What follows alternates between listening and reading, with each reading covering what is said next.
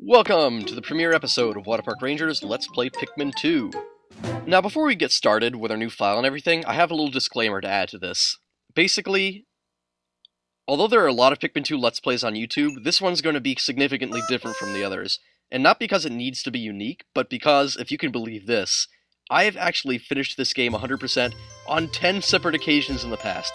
It is just that good. All the same, it's kind of made me want to do something different this time around playing the game, so I'm going to be doing a challenge run. And no, not an official run like the 8-day run or the no-death run, but a run that I've invented myself, which I don't have a name for yet. I guess I'll find one as we go along. And it's basically going to make the fights a lot more challenging. The different battles in the game will be harder to finish. And there will be no resets, so failures will be kept intact. And believe me, there are bound to be a good many of them.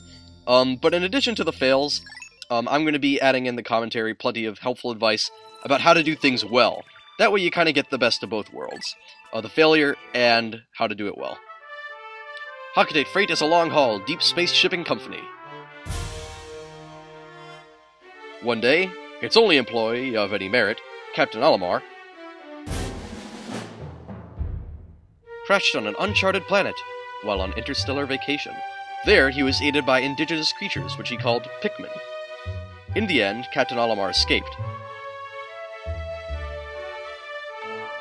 But in Olimar's absence, his employer, Hockatate Freight, ran into financial difficulties.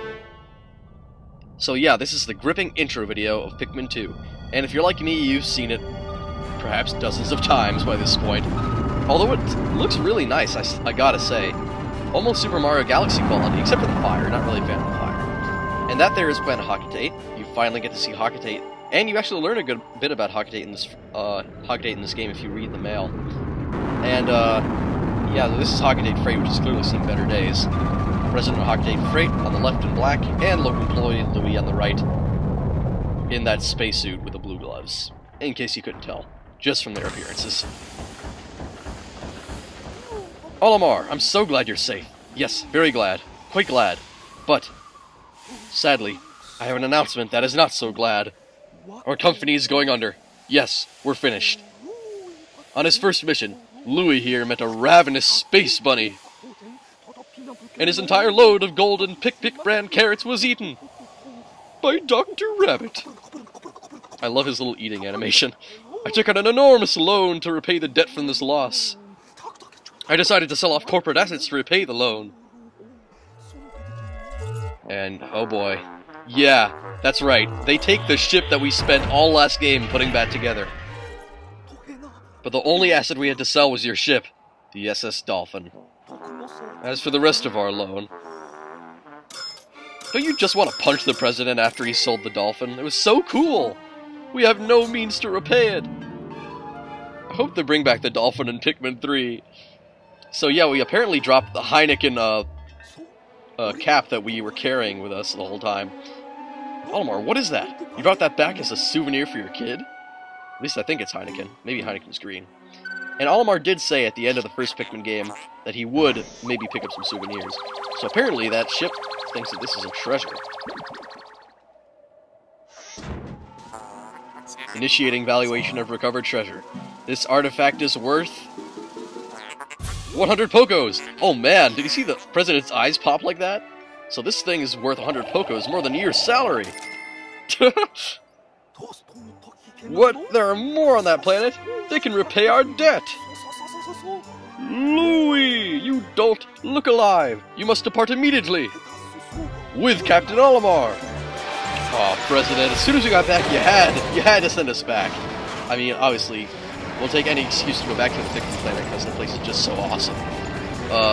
So yeah, this is how the story begins. Maybe not quite as great as the beginning of the first, because I don't know, I like the first. The first has like this nostalgic appeal to me that I like a lot more. Of course, I was glad just playing this game for the first time to be going back to Pikmin 2. Of course, there's probably going to be a lot of reminiscing during this Let's Play about why I love Pikmin 2 so much. This is definitely one of my favorite games, no doubt about it. Valley of Repose, the first area in the game. We start off flying through this forest where it's very hard to see in the snowstorm. And we hit a tree! No, Louis! We hardly knew ye, quite literally. You only just appeared. And yeah, the cutscene's wrong. They show him fall in a part of the area where he actually doesn't fall at all. He falls in a completely different part than what they show him fall in the cutscene. Brrrt, that was close. I've averted a crash landing. Running diagnostics. Alert! Danger! Louis is missing. He must have somehow fallen out of his cockpit. He is not responding via his communicator. He's either flouting protocol or in danger. Olimar, you must find Louis before he freezes to death in the cold of this planet. Wait a moment. Look! Yes, because whatever we're looking at is clearly more important than Louis freezing to death. Oh my god, it's a Pikmin! They're clearly more important than Louis freezing to death. Could these be Pikmin? They look like they are about to be devoured as we speak. You must help them quickly. Press B to call them with your whistle, Captain Olimar. You can also hold B to make the sound of your whistle carry further. Remember? Who are you to be instructing me? I'm a Pikmin master, Podman. So just call them off that Bulborb. They'll rush to your side. And Olimar will do one of his awesome backflips, though they aren't quite as awesome as in the first game when he bounced around and stuff. The Pikmin ran to your side. They seem to remember you, Captain Olimar. How fascinating. Give them instructions, and do not delay. Hold A to grab a Pikmin, and release to throw it. So we're going to be fighting a Dwarf Red Bulborb, a very easy enemy, and on day 1, this guy can't even eat Pikmin, he'll just knock them over. I guess that was just a little tutorial programming thing they put in. But just as in the first game, one throw to the top is enough to defeat them, besides just fighting them outright. Attention, Captain Olimar. I've just re-established my communications link with Louis.